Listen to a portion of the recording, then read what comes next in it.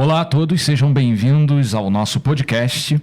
Esse é o 4º episódio da nossa 3ª temporada. O nosso entrevistado de hoje é o meu grande amigo Zé Camargo, amigo já de meia década pelo menos, um cara super interessante, super inteligente, vocês vão gostar dele. Ele vai falar um pouco da experiência pessoal e profissional dele.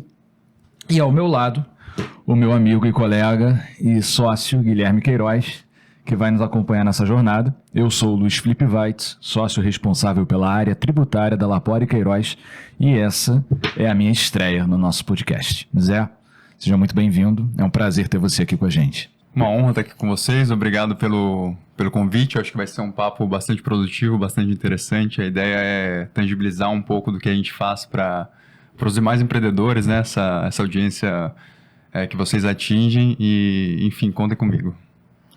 Legal. Guilherme, você tem considerações iniciais?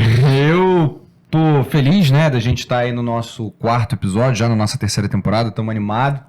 E animado de ser o vogal, a gente chama aqui de vogal, é o sócio que fica contribuindo com o host, que seria o sócio que traz um convidado.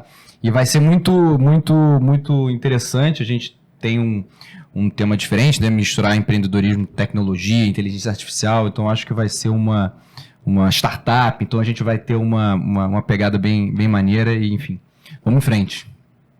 Show. Zé, apesar de você ser uma pessoa que eu conheço há muito tempo, a gente tem que te apresentar aqui para os outros, eu queria que você começasse falando um pouco da sua vida e da sua formação e também falando como você começou a fundar suas empresas. Não. Queria saber, assim, o que você estudou, como surgiu a ideia, quais foram as primeiras dificuldades que você notou e principalmente tem uma coisa, né? Você morava em São Paulo e você veio para o Rio de Janeiro. Exato. Então tem uma mudança aí de endereço e geralmente o que a gente vê em matéria empresarial é gente indo para São Paulo. Você fez o caminho contrário. Eu queria que você contasse mais ou menos como é que foi essa empreitada, essa aventura. Cara, acho que vamos lá, acho que eu preciso retomar um pouco lá do início. E aí quando eu digo início é fazer de fato um resgate ali. A minha essência, que é um exercício que eu acho que ele é constante, né? Ele nunca para, e é uma coisa que para mim, no meu caso, ajudou a orientar muita coisa, entende? Quando se conectar ao passado, de fato, com aquela essência de, quem sou eu e para onde eu estou indo e como eu vou chegar, entende? Então, desde sempre, eu sempre fui uma criança muito agitada, sempre estive envolvido em uma série de coisas, sempre fiz muito esporte, sempre estive envolvido em muitos projetos de diferentes áreas. Logo quando criança, eu sempre tive esse tino para negócio. Então, eu me lembro que meu primeiro empreendimento, chamemos assim, foi uma barraquinha de suco na frente de casa. Eu entendi minha família do interior de São Paulo. Eu morava a mesma casa até hoje, inclusive dos meus pais. Aonde, São Paulo? Em Tatuí, do lado de Boituva, ali perto de Sorocaba, sabe? Então, ali tinha ainda existe até hoje, uma igreja de Testemunhas de Jeová. E eles tinham suas agendas, né, de cultos semanais e sempre rolava uma movimentação na frente de casa. E a frente da minha casa sempre teve um banco, aquela coisa bem de interior, assim, sempre teve um banco, essas pessoas sempre utilizavam o espaço da própria casa ali da frente para descansar, para interagir, para entrada e saída desse culto. Falei, tem gente aí, essa galera perde um tempo aqui conversando, enfim, por que não vender suco para eles? Falei, já tem o approach Hoje eu sei identificar isso, né? Mas eu já entendia naquele momento que criança, e ainda mais fazendo uma proposta dessa, entregando um valor, tinha um approach mais apelativo. Então a chance de sucesso era grande. Tinha pessoas, tinha um produto agradável e ainda tinha o fator apelativo ali, entende? Então tinha tudo isso aí para dar certo. E aí, comecei vendendo isso aí, suco para as pessoas, entendi. E hoje é uma coisa que eu tenho a clareza, né? Com conhecimento, enfim, de que tinham duas opções. Eu vendia um copinho de 50 centavos, que era um copinho de café, e eu vendia um copo normal, que era R$1, porque eu queria ancorar as pessoas a comprarem o de R$1, entende? Então, o de R$1 saía literalmente que nem água.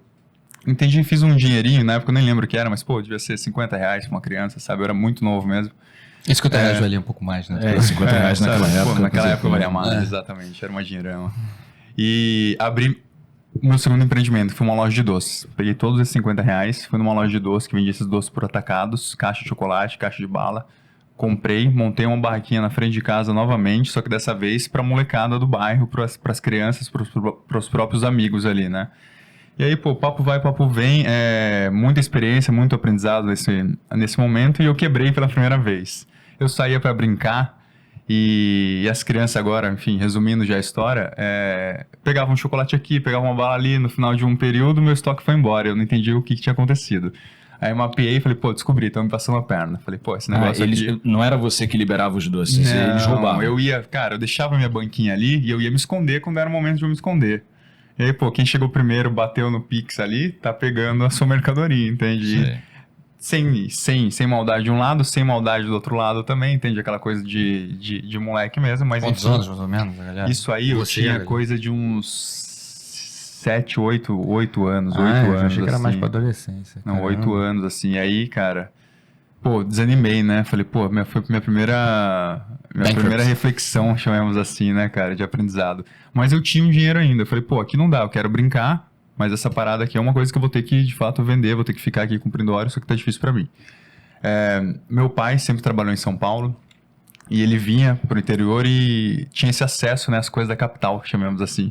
Falei, pô, conversei uma certa ocasião com meu pai, troquei o pouco dinheiro que tinha, e aí já era de 50 e tal, já era 300 e alguma coisa, e para trocar por dólar e euro. Porque eu sabia que tinha alguns tios ali que iam viajar, alguma coisa, a galera ia precisar de moeda, então eu teria. Obviamente, eu achava que teria a quantidade toda que a pessoa ia precisar, né? Mas, enfim, já consegui fazer uma exchange, chamemos assim, entende? E aí, depois disso, pô, amigos, irmãos, eles sempre foram mais velhos que eu. Tenho 2 irmãos mais velhos. A galera tava na época de juventude, queria ir já nos seus 10, 12, 13 anos, assim. Eles queriam sempre, né? Eles queriam sempre pegar baladinha, sair e, pô, viver de mesada. A galera tava dura e tudo mais, ninguém tinha dinheiro. E eu tinha dinheiro. Eu comecei a emprestar para meus irmãos dinheiro a juros. Então, eu chamava meu pai como garantidor da oferta. Então, pô, pegou R$20 na sexta-feira, segunda-feira você me devolve 30. Pô, não compensa muito pra ele, né? Mas pra hora que tá querendo sexta-feira sair ali, tá precisando dos tal dos R$20, é um caminho, entende? Então eu sempre fui fazendo coisas, eu sempre fui de casa de lidar com esse tipo de coisa, de me envolver nesse tipo de empreitada. Até que de fato cresci, pô, entendi que era o momento de sair, de estudar, de iniciar de fato uma formação, né? Pra, enfim, trilhar uma carreira de fato. E aí foi um momento, aí eu já estava ali com os meus 18 anos, eu saí da casa dos meus pais, fui para São Paulo para estudar, fazer faculdade, ia fazer curso preparatório antes, na verdade, para vestibular, e na sequência a faculdade, e acabei morando em São Paulo por 12 anos, aí nessa estrutura até chegar no Rio de Janeiro. Nesse momento, pô, entrei numa faculdade de engenharia, estudei engenharia de produção. Ali eu aprendi bastante coisa, enfim, de como as coisas funcionavam, de como o mundo, enfim, mais técnico ele funcionava, entende? E tive a oportunidade de trilhar uma carreira no mundo corporativo, iniciando por uma empresa muito renomada no setor de bebidas, a Red Bull. Depois passei por Stone, enfim, consegui trilhar uma carreira em grandes corporações e sempre uma carreira muito rápida, inclusive, e sempre a nível de... Eu consegui passar por todas as fases dessa carreira, né? Então, pô, fui estagiário, fui analista, eu fui coordenador, eu fui gerente, eu fui head de área, até que no momento eu entendi e durante a faculdade sempre tive muito envolvido em projetos estudantis com a pauta empreendedora, né?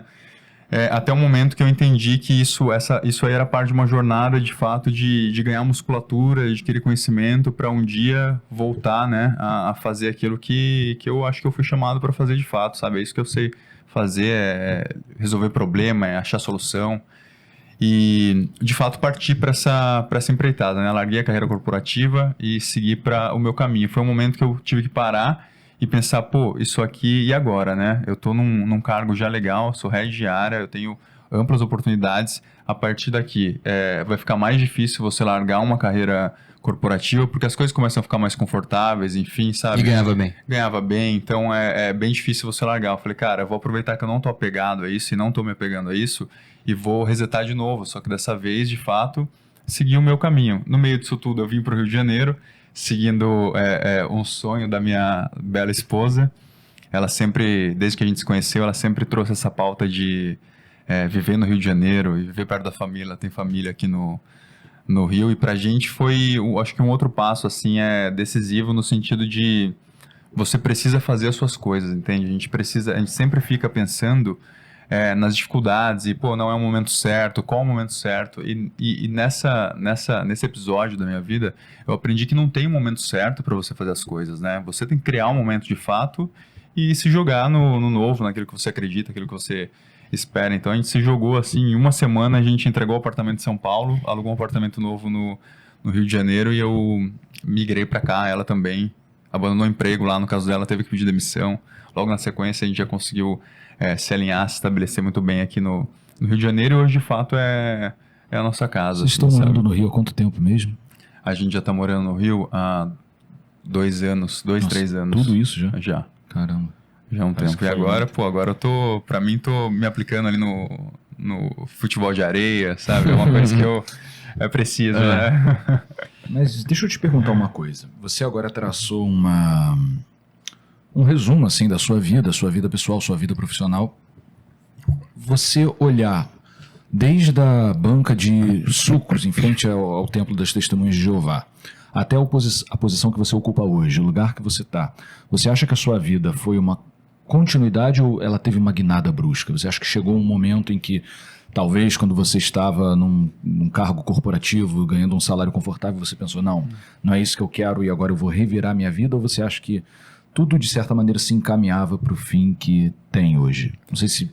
Peguei, claro. Eu acredito que tudo se caminhava para esse fim. Foi por isso que eu precisei fazer esse link no começo, de traçar esse panorama, esse contexto de quem eu sou como personalidade, né? Então, o que eu vivo hoje é quase que consequência. De fato, por isso que eu falei a importância de conseguir conectar o passado, a essência, ao futuro e acho que esse meio de caminho é, de fato, a jornada, sabe? Para mim não teve um momento de guinada, teve um momento de decisão. Foi um momento que eu precisei tomar uma decisão madura, embasada, alinhada com minha esposa, inclusive, entender, hoje o nosso contexto, nosso panorama é esse, mas isso não é o que me agrada, isso não é o que me faz feliz e eu preciso seguir esse caminho, entende? Para viver em paz de fato. Para mim sempre foi um incômodo não fazer o que eu faço, eu sempre fiz o que eu faço com excelência, eu sempre busquei ter aquilo que a gente estava falando até antes, sabe? Do olhar de dono, mas não porque a empresa é minha, mas porque eu preciso aprender todo o processo e tudo, e quando eu chegar o momento de abrir a minha própria empresa, sem dúvida todo esse aprendizado acumulado vai corroborar para algum tipo de sucesso, entende? Então foi mais nesse sentido, de tomar uma decisão e falar, eu vou me jogar aquilo, uma decisão embasada, planejada.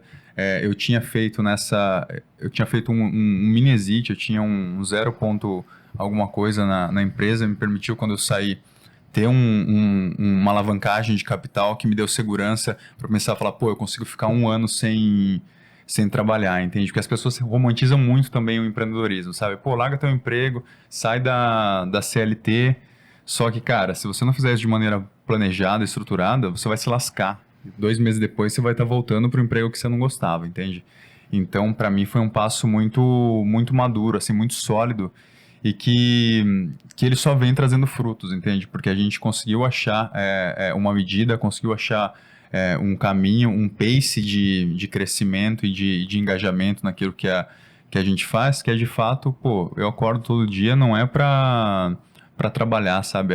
Isso aí é um pouco clichê, mas é quase que uma continuação, uma existência, simplesmente. É isso que eu faço, entende? Eu faço isso no final de semana, eu faço sexta-feira, eu faço isso na segunda, fiz ontem no feriado, entende? Então é uma coisa muito orgânica para mim. E esse contraponto aí que você colocou dessa parte em que você sai e tem essa dificuldade, a gente romantiza, a gente não romantiza o empreendedorismo, é difícil.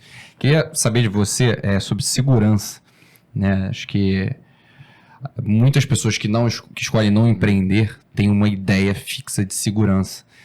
É aquele valor que eu vou receber ali todo mês e tal. E aí você falou essa questão, eu vou sair aqui e largar para empreender. Qual é a sua ideia de segurança, assim, em relação... Você acha que é realmente uma segurança, sai de uma segurança, ou é só uma... Porque você pode ser demitido, Então, assim, a segurança, para mim, particularmente, é uma questão muito subjetiva, né? E aí, como você teve tomar essa decisão, como é que foi isso? E o que foi essa ideia de segurança? Você quebrou isso? De onde você... Acho que é por aí que eu gostaria que desenvolvesse. Cara, eu acho que eu não... E aí também é uma questão de momento, né? Para mim não existe... Acho que a gente vive num mundo tão líquido aí, né? Tão fluido que hoje falar em segurança, o que é segurança, né? O que é estabilidade? As coisas mudam tão rápido que na época dos nossos pais era possível, por exemplo, uma pessoa trilhar uma carreira de 30 anos. Hoje em dia os negócios estão se movimentando com uma velocidade que é muito difícil você assegurar, né, para você mesmo, enfim, para o mercado, que você vai ficar 30 anos numa mesma posição, sabe? Então eu acho que é um pouquinho dessa adaptabilidade que o empreendedor ele tem que ter a nível de flexibilidade para entender, quais são as oportunidades que você precisa aproveitar e quais são as situações que você também precisa abandonar, entende? Porque fazer escolhas a nível de oportunidades é sempre estar filtrando aquilo que vai te deixar mais próximo do seu objetivo final ou não. Então, acho que você tem que estar muito bem focado nesse tipo de demanda e não se distrair durante o caminho, né? Porque eu acho que distrações é o que mais acontece em qualquer jornada, né? Agora, imagina que você está numa jornada self-made total, é você por você está empreendendo, você está criando valor, você está criando solução, você está pensando na construção de algo de longo prazo, entende? De construção de um ativo, de fato. Então, se você falhar, está na sua conta de fato, sabe? Então, você precisa puxar a responsabilidade daquilo que você quer desenvolver, quer empregar e assumir todos os riscos e ônus e bônus disso, entendeu? E você teve um planejamento, né? Você fez o planejamento de 1 ano ali, né? Eu me assemelhei porque foi exatamente a mesma coisa que eu fiz quando eu saí de um escritório e fui abrir É o tempo que eu entendi que é necessário, cara. As coisas demoram para acontecer, sabe? Achar que, vai fazer e em 1 mês as coisas vão virar, isso aí é muita ilusão, assim, sabe? É de quem não tá na skin the game de fato, sabe? Existe uma maturação ali, um tempo para você, de fato, maturar sua tese. A gente, quando começou, né, as empresas todas e os negócios, a gente tinha uma outra visão, uma outra tese, inclusive. A tese já mudou 2, 3, 4, 5 vezes. É natural que a gente vá se moldando, vá se modernizando e vá se adequando ao que a gente acredita, de fato, o que a gente quer entregar de proposta de valor e o que o mercado tá demandando também, né? É importante você conseguir casar as coisas. Zé, a gente viu agora o seu passado, eu queria entrar um pouco mais no seu presente, até para as pessoas te conhecerem melhor. Eu queria que você falasse mais ou menos da sua trajetória empresarial hoje. Você fundou empresas que nós, inclusive, conhecemos, já trabalhamos com elas aqui no escritório. Queria que você falasse um pouco assim das empresas que você fundou, como foi esse processo, com o que elas trabalham e por que você resolveu lidar com esse tipo de matéria que é a inteligência artificial. Legal. A gente criou uma empresa que se chama Enablers. A Enablers, em suma, ela é um Venture Studio. O que é um Venture Studio, né? É uma estrutura organizacional que cria ou desenvolve negócios, seja a partir de ideias proprietárias, ou seja a partir da cocriação junto com as bicorporações. A gente entende que as bicorporações, principalmente, elas têm uma demanda por serviços e soluções, enfim, que vai aquém da capacidade técnica, da capacidade de entrega dela, porque, pensa, basicamente você comparar um transatlântico com uma lancha.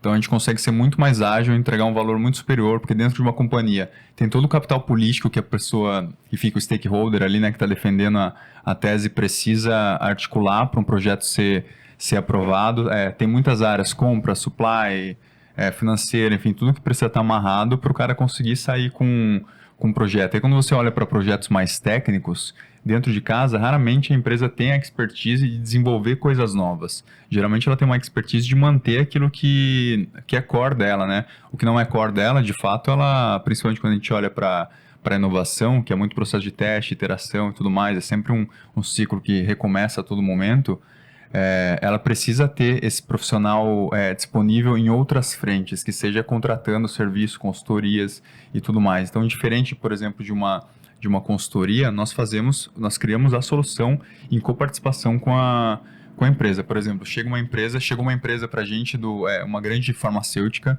trazendo uma dor que eles tinham no seu processo de atendimento. Hoje, os atendentes ali, né, eles precisam fazer uma ligação de meia hora, 40 minutos, anotar tudo isso que eles conversaram com o cliente ali no suporte e transcrever para o sistema.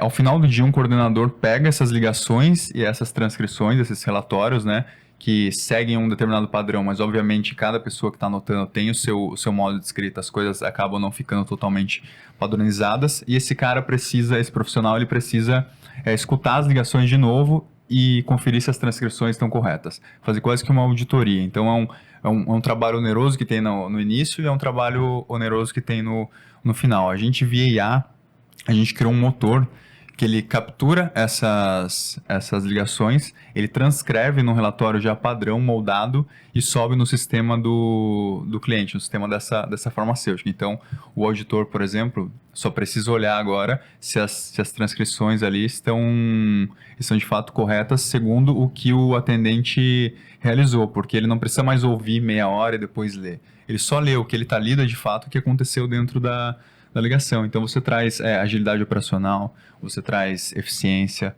você traz economia de HH, que a gente chama, né, de hora-homem. Então, é uma série de benefícios ali que, implantando uma solução de IA em uma célula específica, você consegue ter um molde, por exemplo, expandir para outras áreas. Será que outras áreas da empresa não têm, por exemplo, essa demanda de criação de relatórios automatizados a partir de ligações, a partir de vídeos, a partir de outras coisas? Então, a gente trabalha hoje com o conceito de motores, né, de micro SaaS, que a gente chama, que são, de fato, eles softwares que atuam pontualmente em cima de uma demanda. Se ele se tornar atrativo para o mercado, a gente sobe ele com uma estrutura de empresa, seguindo ali um processinho. A gente faz uma POC, valida a prova de conceito, de fato. Validado o conceito, a gente transforma num piloto. Piloto é o momento onde a gente vai pegar o produto e vai fazer um processo de iteração, que é, põe ele para rodar, ajusta, põe para rodar, ajusta, com feedbacks constantes. Entendemos que o produto está fechado e que é o momento de escalar ou abandonar ele, né? Você precisa analisar os seus KPIs ali, suas metas de desempenho, se aquele produto que foi criado está indo de acordo com o capacity a nível de demanda de negócio, né? Daquilo que você quer para o negócio entregar, de fato, ali, o valor que você quer entregar para o negócio e, tá batendo, tá tendo match, o projeto foi um sucesso, você consegue começar a pensar em escalar. Então, aí quando a gente fala em escalar, cria o MVP, leva ele para o mercado, de fato o mercado teve aderência, a gente sobe uma BU, uma Business Unit, e transforma isso num CNPJ, numa startup, e segue ele todo o flow, acelerando todo esse processo. Mas em suma é sempre assim que a gente faz. Uma ideia, prova o conceito, entende se faz sentido, se não faz, se tem caminho, a gente estrutura uma BU, e assim a companhia foi se formando, né? E aí no exemplo da farmácia seria, funcionou naquela farmácia, deu certo, aí e aí eu estou resumindo brevemente, você me corrige. Coloca para outras farmácias, aí transforma aquilo num produto de inteligência artificial e olha, isso aqui eu estou dando de mais valioso para o empresário, né? Tempo, estou concedendo mais tempo, estou economizando tempo. Você vende para os outros, seria isso? Seria isso, cara. Resumidamente. É isso, exatamente, você foi na veia. Essa farmacêutica em específico, ela é um grupo bastante grande, internacional.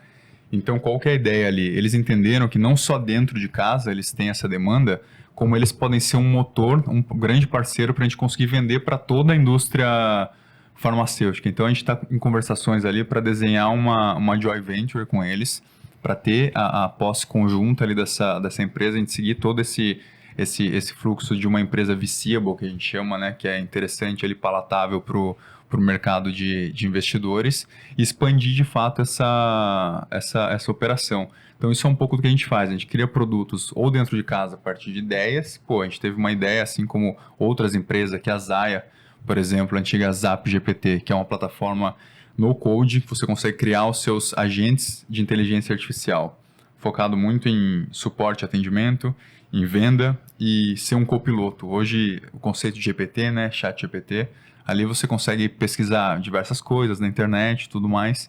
A gente criou uma base, uma tecnologia, onde você consegue criar o seu próprio GPT. Ou seja, vocês querem ter, por exemplo, o GPT do escritório, com toda a base de processos que vocês trabalham para ter uma leitura facilitada disso. Você submete a criação desse seu agente na plataforma, imputa toda a sua base de conhecimento, seus processos e tudo mais, treina a personalidade dele, como é que você quer que ele se comporte. Por exemplo, quero que se comporte como um advogado, responda só o que lhe foi perguntado, enfim, uma série de comandos ali, os prompts, né, que a gente chama, e põe isso aí para operar. Você consegue integrar no seu WhatsApp, consegue integrar no seu site, no seu Instagram, mais de 6 mil aplicações aí via Make. Então, o que a gente está fazendo hoje é transformando a sua produtividade, de fato, né? Isso aí afeta diretamente ali no seu dia a dia. Pensa, o tempo que você demorar para procurar um processo, entender o que está dizendo, tudo mais, você entra no sistema, puxa pela AI, e o grande lance disso é que a gente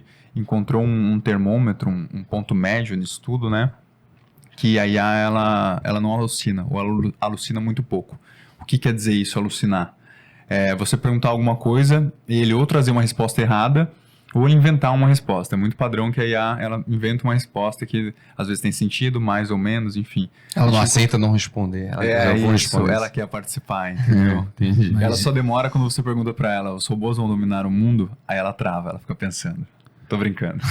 Mas isso a gente passou, rolou uma notícia aqui, eu acho que foi semana passada, sobre não vamos falar o nome, né, mas uma sentença judicial que saiu, e que nas sentenças é comum, às vezes, os juízes citarem jurisprudência das cortes superiores para justificar o seu argumento. E surgiu nessa sentença uma jurisprudência, acho que atribuída ao STJ, que depois descobriu-se que não existia. Ou seja, a pessoa que lavrou aquela sentença, tenha sido o magistrado, tenha sido o serventuário, utilizou a inteligência artificial, possivelmente o ChatGPT, para criar aquela sentença. E isso, para criar aquela jurisprudência, no caso. Isso virou uma... O Barroso está querendo agora integralizar todo o sistema de processo, a inteligência artificial. Acho que é até meio por aí, né? Agora é uma questão pública. O chamado público que eles fizeram, a gente até está participando disso também. A gente recebeu a aprovação ontem. É um chamado público, um edital aberto que o STF realizou. Legal. Justamente com a ideia de empresas... Estou participando do edital? A gente está participando. Legal. Recebeu a Legal. aprovação ontem, a gente vai começar uma série de reuniões de trabalho ali. Legal. E precisa entregar ainda esse ano esse protótipo de projeto. Qual que é a ideia ali deles? É meio jurídico. Tem muita informação, passou daquela pauta ali de milhares de pilhas de papel, ainda existe, né? Mas está nessa transição, nesse processo de digitalização. Mas ainda não é o suficiente, né? A gente está lidando com um número de informações razoável, né? Muito grande. Então, quando você embarca tecnologias de inteligência artificial nisso, você facilita todo esse fluxo, né? A ideia ali, basicamente, é a gente criar um agente autônomo que opera em cima da inteligência única e exclusiva do STF acerca de demandas jurídicas. Então, a gente vai imputar ali isso, toda a estratégia, enfim, uma série por baixo dos panos tem uma série de tecnologia embarcada, que isso vai transformar um agente jurídico ali, facilitando o acesso a processos, a jurisdições, enfim. Ainda a gente nem começou, né? Mas a ideia é o que a gente pode fazer dentro de casa, eu acho que é por isso que tem muito match com a proposta, é exatamente isso, é criar um GPT, né? Uma inteligência própria da marca, da instituição, para operar segundo a personalidade, segundo o propósito que ela quer empregar ali, né? O que ele falou agora me lembrou aquela discussão sobre o livro Tomorrow Lawyers que a gente teve aqui no escritório. A gente costuma fazer de tempos em tempos aqui, a equipe inteira do escritório se reúne, cada um apresenta um trabalho, lê um livro ou uma tese de doutorado que seja e apresenta para a equipe. E logo nos meus primeiros dias no escritório, a gente teve a apresentação de um livro chamado Tomorrow Lawyers, né, Os Advogados do Amanhã. E que uma das coisas que falava era justamente, será que o advento da tecnologia, da inteligência artificial vai extinguir a advocacia? E a gente ficou muito pensativo sobre essa questão. Não achamos que vai extinguir, porque a gente faz muita coisa, mas certamente muita coisa do nosso trabalho vai mudar. A pesquisa de jurisprudência, talvez a redação de algumas petições mais simples, isso inclusive já está mudando. Mas fica essa questão, até onde a inteligência artificial vai, até onde ela não consegue ir, e até onde o papel humano, o fator humano continua sendo uma coisa essencial para o exercício, não só da advocacia, mas de qualquer outra profissão. Começa a entrar naquele que a gente estava batendo papo antes também, né? De você agora para de pensar naquela solução ali, mas você tem que agora pensar, existem engenheiros para isso, né? Você pode esclarecer, em pensar em como pedir para inteligência artificial fazer aquilo que você está pensando, né? Então, ainda tem alguém por trás, ainda tem, pelo menos hoje, né? Ainda tem que ter alguém por trás. Eu acho que duas coisas em relação a isso, né? Basta a gente olhar para o presente, olhar para o nosso cotidiano e ver quantas vezes nosso celular fica fora de área. Então, 5G não pega. Como é que estão falando em inteligência artificial dominar a humanidade? Pode ser, mas ainda os desafios tecnológicos e culturais, enfim, eles são imensos para isso ainda, né? Acho que quando a gente olha para a inteligência artificial, principalmente, tem que desmistificar um pouco, né?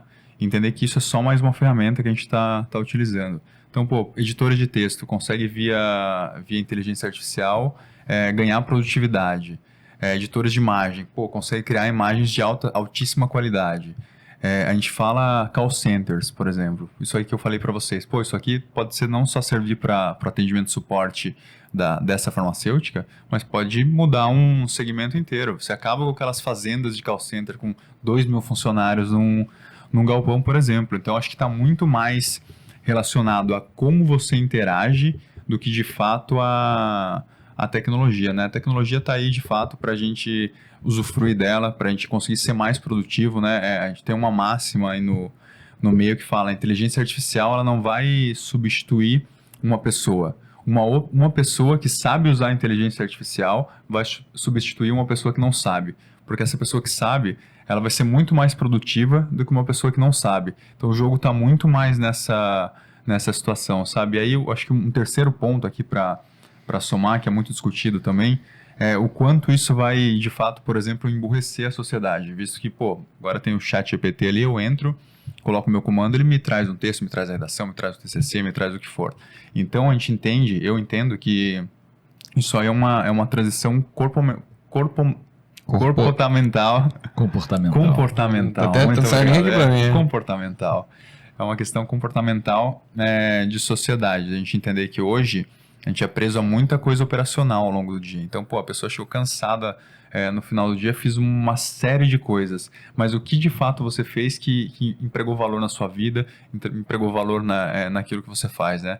Então, a gente tem que olhar a IA como maneira de fazer as coisas mais rápido, de fazer as coisas mais de maneira mais produtiva, sabe? Usar como um braço de produtividade. Eu acho que é esse o caminho, né? Aí o desafio fica muito mais em o que eu devo fazer do que o como. O como a IA vai fazer. Então, pra gente, aí eu retomando o que eu tinha dito no começo de, pô, vai emburrecer a sociedade ou não vai? Eu acho que vai tornar a sociedade mais inteligente. Porque tudo que a gente faz hoje, a máquina, de fato, ela vai substituir. Então, o meu desafio como ser humano é pensar estrategicamente em soluções e não mais em como resolver os problemas, o como a IA vai fazer. Então, eu preciso, de fato, pensar estrategicamente nos impactos, onde eu quero chegar com isso. Então, fica uma questão muito mais, eu acho que estratégica, assim, do que tática, né, e operacional, que é o que a gente vê muito hoje, né? A gente resolvendo problemas do dia a dia. Legal essa visão. A gente percebe também, assim, muitas vezes a inteligência artificial roçando, tangenciando umas esferas mais éticas ou morais da sociedade. No direito a gente tem muito isso. O Guilherme recentemente deu uma entrevista para a TV onde ele mencionou uma certa propaganda que usava a imagem de uma certa cantora e isso daí essa imagem foi criada por inteligência artificial. E isso daí foi houve uma certa dúvida jurídica ali sobre se era possível você utilizar a imagem dessa cantora para um fim comercial, que era uma propaganda de carro. Outra questão que nós tivemos recentemente foi a denúncia num colégio carioca de que imagens de alunas foram criadas por inteligência artificial retratando essas alunas nuas. E todas elas, além disso infringir a intimidade da pessoa, ainda se tratavam de pessoas menores de idade. O que você acha que é necessário para, hoje, no cenário de uso da inteligência artificial, como delimitar o domínio dessa máquina? Como controlar e dificultar que ela seja usada, vamos dizer assim, de uma maneira mais genérica, para o mal? Eu acho que acrescentando na sua pergunta antes de responder, Luiz, também tem o ponto da base de dados, né? A base de informação, que quando a gente está falando de inteligência artificial embarcada, a gente lida com uma quantidade muito superior a uma base tradicional, entende? Então, se hoje a gente já tem uma discussão muito delicada em relação à privacidade dos seus dados e o compartilhamento dos seus dados, quando você leva para a esfera de inteligência artificial, ela é capaz de manipular muito mais dado e muito menos tempo. Então, eu acho que para as empresas fica a obrigação ali, né, e a preocupação de criar mecanismos de segurança, seja de proteção de dados, seja de invasões, enfim, de compartilhamento desses dados também, né? Porque vale ressaltar que a gente está caminhando para uma era de descentralização, né? Onde as pessoas estão tomando consciência de que o seu dado ele é importante, ele é valioso, e as pessoas estão falando, opa, peraí, eu não quero mais clique aqui, aceite, você compartilha, faz o que você quiser. Eu não quero mais as companhias, né, as grandes Big Corps, as Big Techs, elas ganham com a sua informação, vende seu anúncio, vende tudo e você não ganha nada. As pessoas estão levantando a mão, via muito corrente Web3, né, que além de tecnologia, é um movimento bastante de cultura, de comportamento, assim, falando, pô, peraí, se eu vou compartilhar isso aí, se vocês não vão ganhar dinheiro, eu quero o meu fee dessa brincadeira, né? Então, imagina quando você junta todas essas mudanças que a gente chama das tecnologias emergentes, né? No mesmo caldeirão ali, né? Numa mesma panela de pressão. Você torna as coisas exponencialmente mais agressivas, né? E aí você pode usar isso tanto para o bem, que são os exemplos que a gente estava dando aqui, quanto para o mal. Então, eu acho que, retomando até o que eu já disse no passado, o problema não está na tecnologia de fato, né? Quando você olha para o uso dela. Está de fato nas pessoas. Pensa, hoje esse exemplo do colégio, isso aconteceu utilizando inteligência artificial, mas já aconteceu antes utilizando vídeo, utilizando WhatsApp. Isso aí acho que é mais um problema de comportamento, e a tecnologia ela vai potencializar o que nós como sociedade somos, se somos uma sociedade pautada em solução, resolução de problemas e tudo mais, a gente vai usar para isso. Se a gente é uma sociedade que está perdendo tempo humilhando outra pessoa com tecnologia, então, pô, a gente está fadado ao fracasso, sabe? Não, independente de que tecnologia seja embarcada nisso, sabe? Se a pessoa não tem consciência de que ela precisa respeitar o espaço do outro e entender que o que ela fez é errado e é extremamente invasivo, ela vai fazer com IA, ela vai fazer com outras coisas também, entendeu? Gostei muito da sua resposta, não, gostei muito da resposta dele. Fica muito naquele negócio de cada vez mais ou cada vez menos a gente acredita no que a gente está vendo, né? Hoje eu recebo um vídeo, eu vejo um vídeo e falo, tá, e aí, será que... Até para o processo judicial, em algum certo momento, cara, pode botar que estava em algum lugar, é o álibi da pessoa, pode botar alguém matando, até aqueles casos de política, que teve um político numa suruba aí que foi pego, aí, aquele negócio, pô, vira uma... E aí vai chegar um ponto em que eu acho que, cara, para acreditar tem que ter um tipo de selo que o negócio está sinistro. Que as próprias empresas, por exemplo, têm que ter. Hoje a gente faz muito teste, né? Então a gente trabalha muito criando, como eu chamei, esses motores esses aceleradores de tecnologia, né? Que são de fato motores ali que vão ajudar a serem embarcados em outros projetos, ou enfim, você vai montando o Megazord, né? De modo que entregue o valor final. Então pensa, hoje é possível fazer o que você quiser, é possível fazer. A tecnologia ela tá muito mais a sua limitação de capacidade de interpretação e uso dela, que de fato é o que existe no mercado, sabe? Então vai muito de você entender para que e como, quem, quando, sabe? Acho que fica mais essas perguntas, a gente tende a ser mais filosófico conforme acho que a tecnologia evolua, sabe? Que a gente precisa parar e pensar, tá, existe isso aqui hoje, o que a gente vai fazer com isso que está na nossa mão, sabe? A gente nunca viveu uma era em que a gente tivesse tanto poder de acesso à informação, por exemplo, como a gente está vivendo hoje. O celular na palma da sua mão, ela é uma loja. Você tem sua loja ali dentro, você tem, enfim, seu negócio, ele pode ser um negócio de celular. Isso nunca existiu antes. A gente está falando de pessoas construindo fortunas em 1, 2, 3, 4, 5 anos de um trabalho que outras pessoas no passado levaram 30, 50 anos para... E sem sair de casa às vezes. Para construir, entendeu? Sem sair de casa às vezes, entende?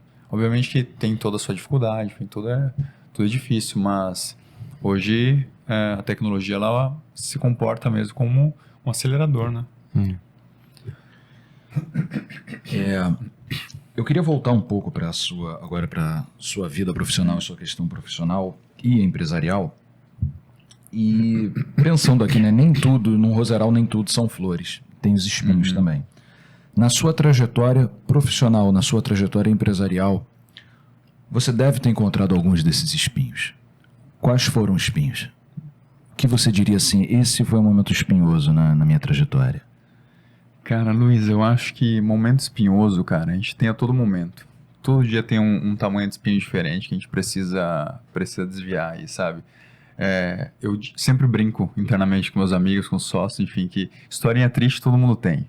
Historinha triste é para você compilar depois seu bonde de historinhas tristes e contar no TEDx, entendeu?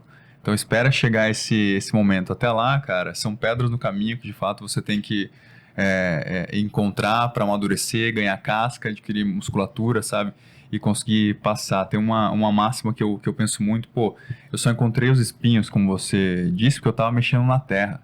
Eu estava plantando, entendeu? Então é muito foco em plantar. Em plantar para respeitar a lei da semeadura ali, que é uma coisa que eu acredito bastante. Se você plantou, verão vai, verão vem, a sua árvore vai dar fruto. Se você não estiver plantando nada, então é porque de fato não há o que esperar, né? A não ser o nada ali na frente. Então eu não me pego muito aos espinhos de fato. Obviamente tem dificuldades, trazendo para o mundo real, pô.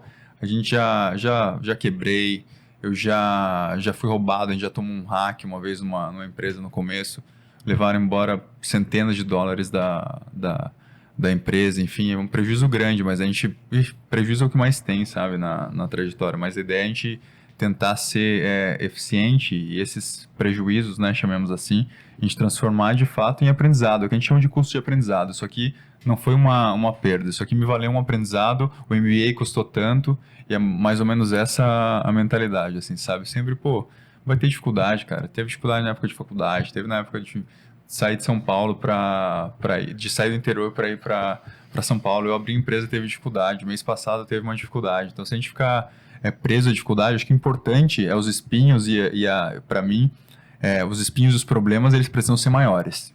Se você está tendo os mesmos problemas de um ano atrás, tem alguma coisa errada. Porque quer dizer que você está patinando ali no mesmo lamaçal e não está conseguindo evoluir. Então, quanto mais problema, isso também é indicativo de que você está se tornando uma pessoa com um alcance maior, entendeu? E os problemas padrão ali, eu acho que é uma outra máxima que a gente prega até como valor dentro do grupo, dentro das empresas, que de fato o problema, ele é uma oportunidade de você conseguir criar uma solução. E a gente acabou ficando tarado por esse tipo de mindset, sabe? Pô, eu vejo um problema, cara, me dá. Eu brinco muito com a minha esposa, com a Camila. Ela me vem trazendo qualquer coisa que seja, cara, pô, sei lá, a gente precisa ir no mercado. Então, puta, rolou isso aqui. Eu sempre trago essa pauta de me traz o problema que eu te trago a solução. Eu adoro brincar com ela, de me traz um problema, eu devolvo a solução, sabe? Acho que você é um exercício, né? Tem que se comportar. Isso aí, hoje em dia, minha cabeça funciona de maneira muito clara, assim, e é difícil eu encontrar um problema que não tem uma solução. Porque começa por aí, né? Problema. Problema é uma situação que precisa ser resolvida. Precisa chegar num ponto de solução. Se você chegou numa solução inexistente, já é uma solução. Você entende que o problema não tem solução. O problema sem solução, resolvido está. Resolvido está, entendeu? Então, se ele não tem solução, resolvido está. Então, se ele é um problema, ele tem uma solução. Cabe a você fuçar ali, ir pra lá e pra cá e encontrar isso. Sabe? Como é que era Churchill? 1 minuto e meio é o máximo, ele fazia as reuniões dele em pé. Você sabe mais dessa história. On your feet to make it brief. Não existe nenhum problema que não possa ser resolvido em 1 minuto e meio, sei lá. E o mundo não para, né? Pra você resolver o que você tem que resolver. As coisas não vão desacelerar porque você tá ali cansado. Seja. Eu acho que essa paixão em encontrar soluções se conecta com a minha próxima pergunta, que é: falei do roseral e dos espinhos para não dizer que não falei das flores, quais são as rosas? O que te dá orgulho hoje em dia? Cara, me dá orgulho saber que, primeiro, né, que eu tô no meu caminho, eu tô no caminho certo, eu de fato encontrei o meu propósito daquilo que eu quero identificar. Acho que isso é a máxima, assim, sabe? E tudo que eu conquistei como base, né? Eu tenho uma família excelente, eu tenho uma esposa excelente, eu tenho amigos que sempre me somam e me levam pro próximo nível, sabe? Eu acho que é nisso que a gente tem que focar, nível de sucesso de empresa mesmo. Pô, as empresas, elas vão bem, a gente consegue desenvolver um bom trabalho a nível de financeiro, de capital. As coisas vão tomando sua proporção, vão tomando seu tamanho e vão acontecendo também, sabe? Então, para mim é parte de um processo, assim. Acho que as rosas são essas pessoas, é por isso que a gente trabalha, é por isso que eu faço o que eu faço, pela minha família, pela minha esposa. Tá tudo certo com eles, é uma outra brincadeira que eu faço sempre. Se tá bom para você, para mim tá ótimo. Então, de resto, é uma luta constante, não vai parar nunca. Porque eu já parei para pensar, qual que é o chegar lá? Quando eu saí do interior, eu queria chegar lá, era fazer uma faculdade massa em São Paulo. Aí eu consegui fazer a faculdade massa. Quando eu estava na faculdade, eu pensei que seria interessante conseguir uma carreira numa empresa massa. Conseguir uma carreira numa das empresas mais massas que eu entendo. Aí, sempre para mim, assim, é uma questão de buscar a meta, sabe? Do seu entendimento. Imaginou, isso aí já está dentro de você. Agora fica difícil você voltar atrás. Isso é uma coisa que para mim é bastante marcante, assim, que é, cara, eu sou um verdadeiro enchedor de saco de mim mesmo. Porque eu invento as coisas, eu penso, eu imagino, e depois eu não consigo mais pensar que aquilo não é possível, sabe? Então, saí lá do interior, queria fazer uma empresa e tal, 9 anos de idade, a professora da terceira série perguntou o que eu queria ser, eu respondi que queria ser ou empresário ou executivo, sem saber bulhufas do que estava falando. Chamou minha mãe em reunião e explicou tudo, porque, cara, escola pública ainda no interior de São Paulo, que porra é essa? Que moleque tá falando aqui, entendeu? Ah, legal, bonitinho, que bonitinho ele, entendeu? Não vai querer fazer faculdade, cuidado, senão não vai fazer. Não sabe. E hoje, pra mim, as rodas são isso. Hoje eu sou um empresário e um executivo, entendeu? Eu tomo conta, hoje a gente tá com o quê? 4 empresas, de fato, caminhando para uma 5ª empresa. Eu cuido da gestão de todas as empresas. Como é que você faz isso? Bons advogados. Mantendo a organização, bons advogados, se cercando de pessoas boas, entendeu? Aquilo que a gente estava falando ali fora. É importante você tá num ambiente de alta performance, entende? Com pessoas que trabalham com alta performance. Porque o custo de gestão, por exemplo, de um time que não é alta performance, chamemos assim, ele é muito alto, gente. A gente não tem tempo a perder, entendeu? Então a gente precisa estar cercado de pessoas bem qualificadas que levem o nosso objetivo adiante, assim, sabe? Você falou essa questão de, olha, tá sempre mirando lá na frente, né? Olha, vou chegar lá, onde é que eu quero chegar, né? Tô sempre olhando para cima. Eu lembro que há muito tempo, quando eu falei pro meu pai uma vez, eu queria estar com você já estabilizado, ele já né, hoje ele já tá mais velho, mas uns 50 e pouco seria. Que estabilizado, cara. Estabilizado. Eu tô sempre querendo crescer. Não existe negócio de você vai chegar em algum lugar e vai, agora sim, parou. Não, isso não existe. Você vai querer sempre caminhar pra frente, sempre vai ter objetivos, sempre vai ter. Isso que é o bom do empreendedorismo, né? Você não faz aquele caminho pra pegar como referência, né? Aquilo que eu falei, eu entrei aí, queria fazer a faculdade. Agora queria ter uma empresa saudável. Consegui ter uma empresa saudável. Agora eu entendi, né, que, tem umas empresas aí, uma galera que faz umas empresas de R$1 bilhão, tal, de unicórnio. Falei, tem um cara que eu conheço, o cara já teve 7 unicórnios, um brasileiro, já participou, enfim, se o cara participou de 7 unicórnios, eu consigo criar um, entende? Então, eu olho muito o exemplo do lado que tá acontecendo pro bom e pro ruim, sabe? Fez uma coisa ruim, legal, eu não faço. Se fez uma coisa boa, eu, de fato, hackeio o que você fez de bom, copio, assimilo e bola pra frente, sabe? Acho que é muito isso, de a gente saber que a gente está num processo constante de aprendizado, né? Todo mundo tem um quê ali para passar de positivo e de negativo também. Então, não preciso vivenciar. Você já me contou que foi ruim ali, sabe? Eu já vi você fazendo e gostei do como você se comportou, entende? Então, eu vou fazer igual.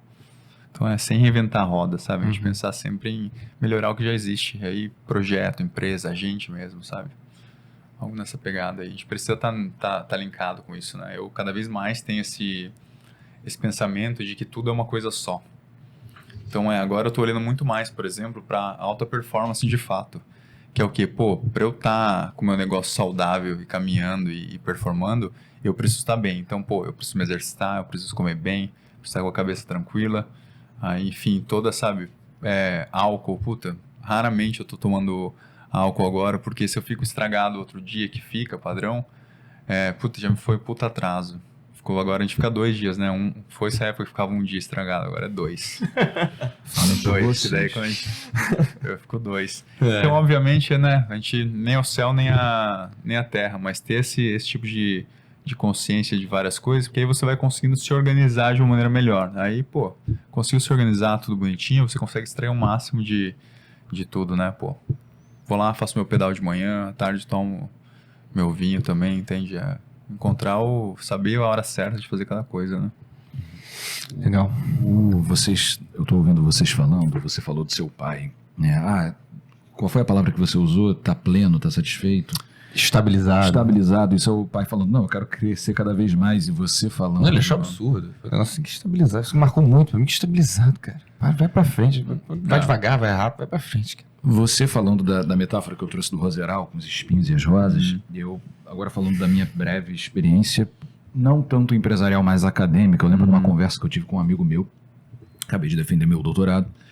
E eu pensando assim, uma pergunta que sempre me vem é: qual é o próximo passo? Qual é o próximo passo dessa história contínua que é única?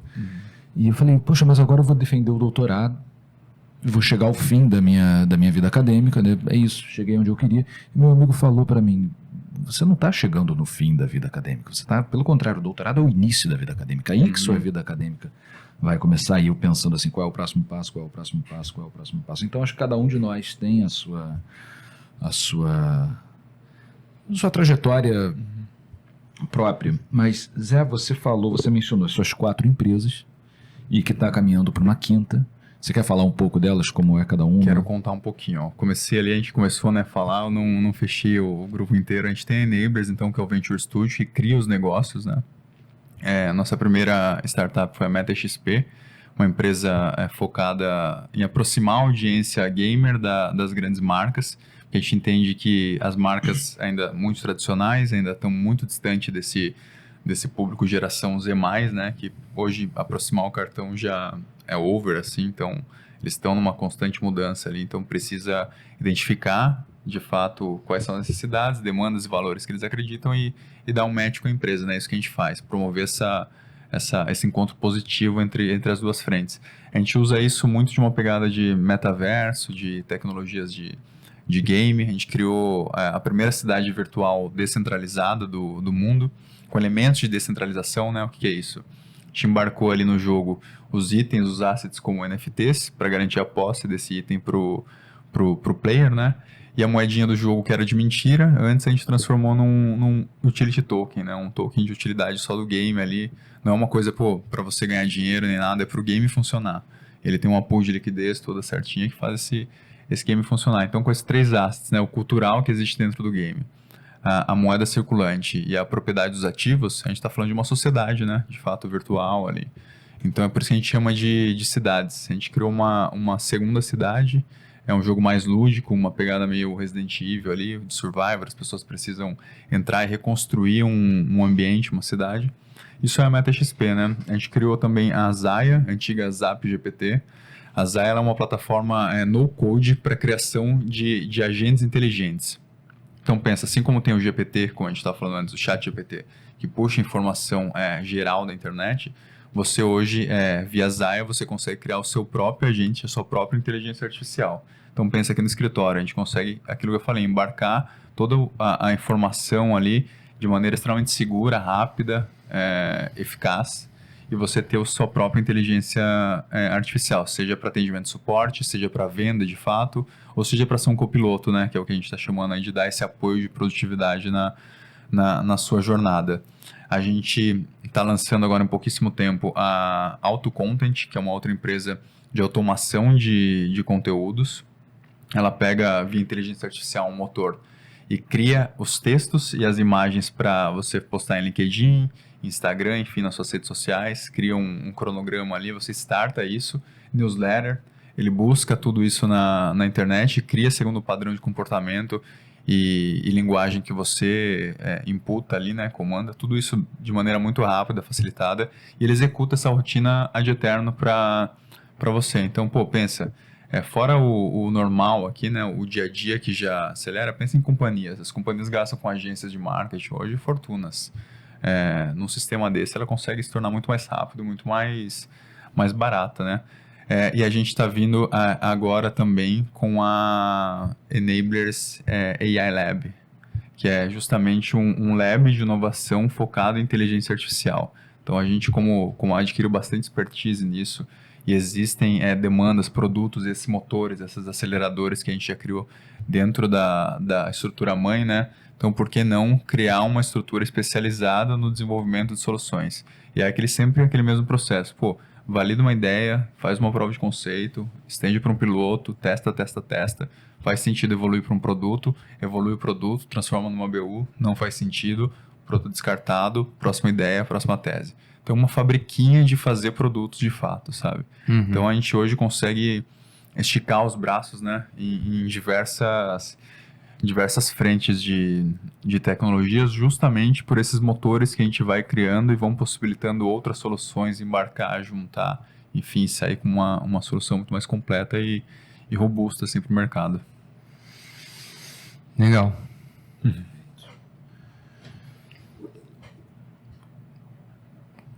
Projetos de inteligência artificial futuros. Essa quinta empresa que está saindo é um deles? Cara, ele é um deles, tá? Ele é um deles. Aqui é justamente, a gente está pensando nessa cocriação com as empresas. As empresas já têm suas áreas de inovação muito bem estabelecidas, muito bem firmadas, entregando determinado valor ali. Mas essa capacidade, essa capability de inteligência artificial, as empresas ainda não têm. Então, a gente acaba sendo detentor dessa informação e conseguindo sair com soluções de maneira muito mais rápida, eficaz. A gente tem a expertise de cases acumulados, né, de processos e projetos acumulados, ali, um conhecimento que a gente com certeza consegue embarcar em outros projetos. Então, para uma empresa hoje que quer desenvolver sua área de inovação utilizando projetos de inteligência artificial para embarcar mais valor, de fato, numa rotina, numa área, enfim, numa situação determinada, a gente atua em cocriação com essa biocorporação, enfim, para sair com essa solução. É quase que uma maquininha de negócios as a service ali, né? Então, a gente, em vez de fazer isso sozinho, a gente faz isso em parceria com empresas, onde elas trazem os desafios, as demandas delas, a gente valida, faz todo esse processo aí da ideação. Pô, eu vou pensar no desenvolvimento do piloto, para que vai, para que não vai, o que eu vou embarcar, depois eu vou botar isso no mercado, fazer a iteração, os testes, vou decidir no final se isso faz sentido seguir, se eu vou escalar ou se eu vou acabar com o projeto, né? Enfim, é um processo, é um ciclo, né? A gente vai experimentação, desenvolvimento, vai sempre seguindo boas práticas. E vocês se limitam imagino que não, tá? É só uma provocação para você. As dores específicas daquela empresa, ou alguém pode chegar para você e falar assim, cara, Zé, maneiro pra caramba. Tô falando até para quem eventualmente tá ouvindo a gente, tem empresa e tal. Caraca, deve ser muito bom automatizar. Mas eu não sei aonde que eu posso. Quais são as melhores ideias, quais são os melhores produtos? Aí chega, vocês pensam em formas de automatizar especificamente aquele negócio, ou ele tem que falar, olha só, eu quero automatizar isso, e você cria um aí, ou nunca fez, mas faria. Hoje, a gente trabalha como uma boutique. Então, a gente escolhe os clientes de fato, a gente só lida com clientes que para a gente são estratégicos a nível de desenvolvimento. Então, a gente quer hoje ter bons e poucos clientes. Ok.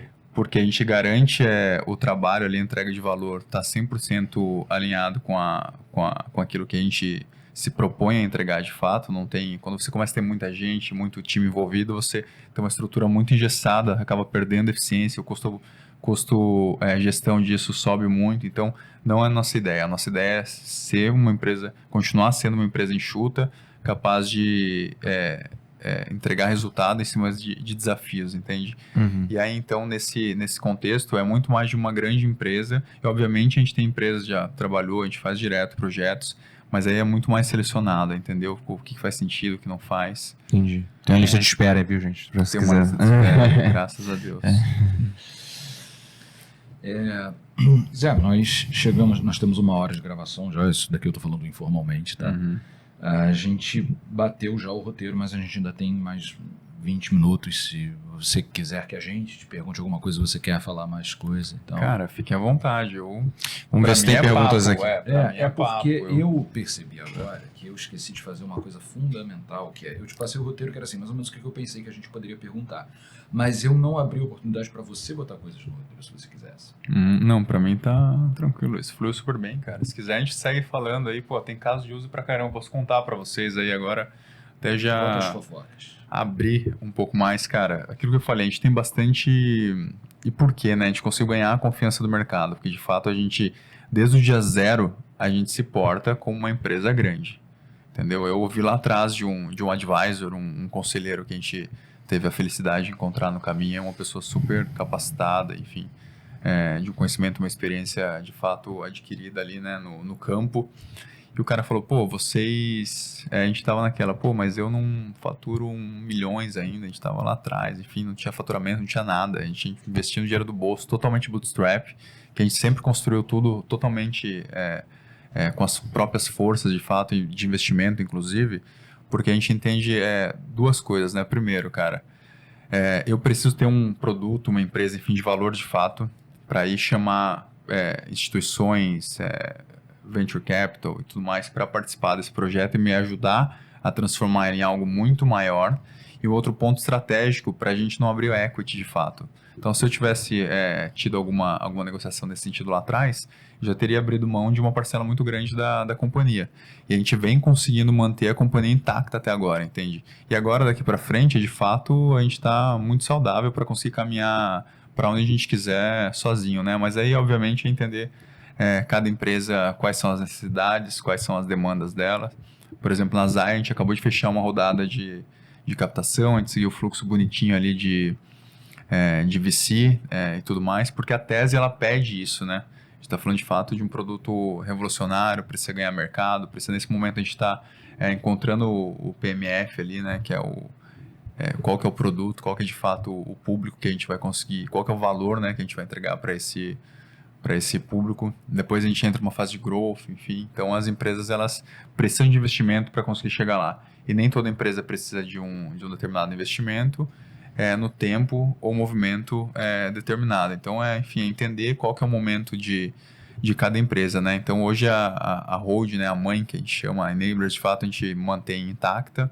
E nas outras frentes, a gente chama os enablers, né, os empreendedores, para fazerem parte disso com a gente. Então, a gente tem parceiros que a gente contrata a nível de parceria de sociedade mesmo e a pessoa passa a compor o quadro de direção da empresa e nos ajudar a, enfim, ter mais braços de conseguir ir para frente com isso tudo, assim, sabe?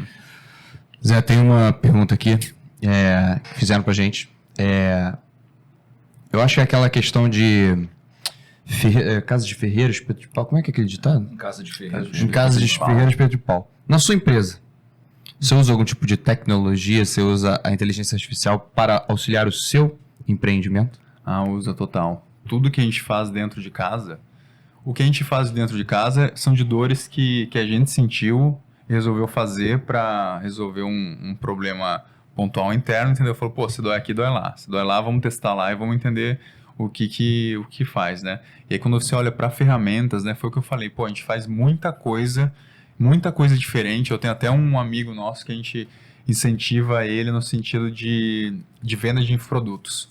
Então, pô, é uma coisa que a gente está apostando ali, ainda está resolvendo, ainda está amarrando. O que tem a ver isso aqui com a outra ponta lá? Então, a gente, para conseguir amarrar tudo, a gente precisa ser produtivo. E para ser produtivo hoje, eu preciso contar com tudo que tem disponível no mercado. Então, pô, para mim, a IA e qualquer outra ferramenta, seja o Excelzão da massa ali, ferramenta de produtividade para me salvar tempo, para eu conseguir fazer mais coisa. Então, o que eu preciso hoje é uma guerra com o tempo, né? O tempo é extremamente escasso, então a gente tem que, cara, não tem tempo para perder. Então, eu não posso ficar ali 2, 3 horas, meia hora em algo que não vai agregar pro caminho, pro objetivo final, né? Então, no dia a dia, a gente tem que eliminar as distrações que eu te falei. Então, a IA e a tecnologia vêm para eliminar distrações, né? Para conseguir tornar as coisas mais diretas, mais céleres, para a gente economizar tempo e conseguir fazer mais coisa. Que é um dos bens mais, se não mais valiosos dos empresários hoje. Isso eu tenho aprendido assim cada vez mais, cara. Isso é uma consciência que o tempo vai passando. Hoje, de fato, eu tenho uma verdadeira preocupação com o meu tempo. Eu não suporto sentir que eu estou perdendo tempo. E eu já adquiri uma maturidade suficiente para entender que para conseguir falar os nãos da vida, sabe? Então, hoje eu falo não para as coisas com uma facilidade muito, muito incrível. Pô, isso aqui vai somar para chegar ali, não vai? Então, para mim é não. Isso é uma enorme prova de maturidade. Eu tenho uma pergunta que me surgiu agora, que eu acho que, na verdade, eu deveria ter perguntado no início, mas você é o mais novo de 3 irmãos? Sou mais novo de 3. Seus 2 irmãos mais velhos ou algum outro parente resolveu empreender? Cara, eu tenho... Você minha família, eu sou o único, assim, sabe? Meus irmãos fizeram direito também, seguiram cada um o seu caminho. Trabalham como advogados? Trabalham como advogados no interior, enfim, mas nada muito, muito alavancado ali. Eles... aquela coisa, né? A gente estava no interior e, pô, o que tem para fazer? Medicina, engenharia e direito, né? Pô, medicina é complicado. Engenharia, puta, é difícil. Direito é o que sobra das melhores. Quem não dá pra nada, né? Que nem diria eu, só sou vai fazer direito. Bora, então cada um tem o seu caminho ali, fizeram suas escolhas, enfim. Mas eu de casa, cara, sou único. Meus pais, eles sempre tiveram padaria, tiveram loja, tiveram aquilo. São funcionários públicos os dois, mas sempre foram muito, acho que, de incentivar, cara, o que você quer fazer e pega e faz.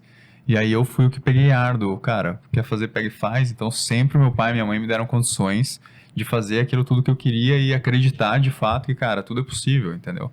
Então, desde cedo eu tive essa liberdade, essa base. E a gente tá falando, pô, não do incentivo financeiro para você conseguir destravar oportunidades ali, mas de fato, cara, aquele incentivo de, pô, vai lá, sabe? Se você quer fazer, é possível. Então, sempre nesse pensamento aí, eu acabei chegando aqui na mesa, sabe? Até uma coisa que eu pensei, assim, há um tempo atrás, quando eu conheci vocês, eu vi o trabalho que vocês faziam aqui, e pra mim foi tipo, pô, irado, os caras têm um podcast. Pô, o podcast dos caras é irado. Pô, já pensou que legal se um dia os caras me chamam pra ir lá? Olha você aí. Sabe? Então, eu acho que é muito disso, de cara, pô, imaginou, cara, dá pra fazer, entendeu? A gente tem muito outra máxima aí que eu prego dentro da empresa, cara, dá pra fazer. Se dá pra fazer, a gente faz, meu. E faz muito rápido. A gente perde muito tempo pensando, né? Pô, se fizer, seria perfeito. Cara, não sai perfeito. Se ficar esperando o momento perfeito, passou já. Então, você precisa fazer logo as coisas, fazer tudo mesmo, sabe? Desde criança eu escuto, pô, o moleque quer abraçar o mundo, cara. Agora que eu cresci de fato, né, que eu tô desempenhando o meu papel, pô, eu quero abraçar o mundo, cara. Então, sempre me envolvo em várias coisas, tudo vira aprendizado no final, tudo se soma pra pessoa que você é, para aquilo que... com a forma que você interage com o mundo, né? Então, não existe desperdício, perda de tempo, sabe? É tudo... Se não mirar nas estrelas, não vai chegar nas nuvens, né? É, cara, tem que mirar na estrela, acertar o poste, a gente tá no lucro. E o ótimo é o inimigo do bom. É. Eu acho que fica, assim, para eu fechar aqui, depois se você quiser fazer alguma coisa, mas da minha parte, eu vi que, assim, da sua história, começou bem cedo. Eu acho que, sinceramente, se jogasse você no meio de uma ilha e falasse, ó, tá aqui o machado, você ia começar a vender madeira, você ia dar um jeito de empreender. Mas especificamente, você caiu na parte de tecnologia. Se pudesse dar um conselho para quem quer empreender nisso aí, o que você falaria para quem vai começar, quem está pensando em empreender, quem está fazendo engenharia de produção ou engenharia de tecnologia, enfim, aí eu já não entro, não sei muito bem, mas conselhos. Eu acho que a gente pode generalizar isso, né? Para quem está querendo empreender. Tem muita gente que quer empreender. Acho que para mim, 2 pontos principais, né? O porquê empreender. Porque, primeiro, para mim, na minha visão, é a única forma de transformação, de entrega social massiva, social, enfim, do que seja, chamar de colaboração mesmo, é a única maneira que você consegue criar uma estrutura, uma máquina que contribua. O segundo ponto, a nível de liberdade, não só financeira, mas a liberdade que você precisa ter como indivíduo. E para ter uma liberdade plena como indivíduo, você precisa ter uma liberdade financeira. O único caminho que existe para isso é empreendendo, entendeu? Então, aquele negócio, ou você trabalha pelo seu sonho, ou você trabalha pelo sonho de alguém, né? Então, você tem que fazer as escolhas que você entender melhor nesse sentido. Eu acho, cara, que um conselho que eu daria para as pessoas... e quem sou eu para dar conselho? Acho que cada um tem que... O primeiro conselho é, cara, segue sua vida, entendeu? Vá cuidar da sua vida. As pessoas perdem muito tempo não cuidando da vida delas. Então, quando eu passei a cuidar da minha vida e olhar para mim, de fato, aí, para as coisas que eu faço, para onde eu quero chegar, acho que aí as coisas começaram a destravar, né? Não tenha medo de você seguir o seu caminho, confie no seu... Se pudesse fechar, né, com uma chave de ouro, assim, para mim, acho que confie no seu instinto. O seu coração, de fato, ele vai falar com você.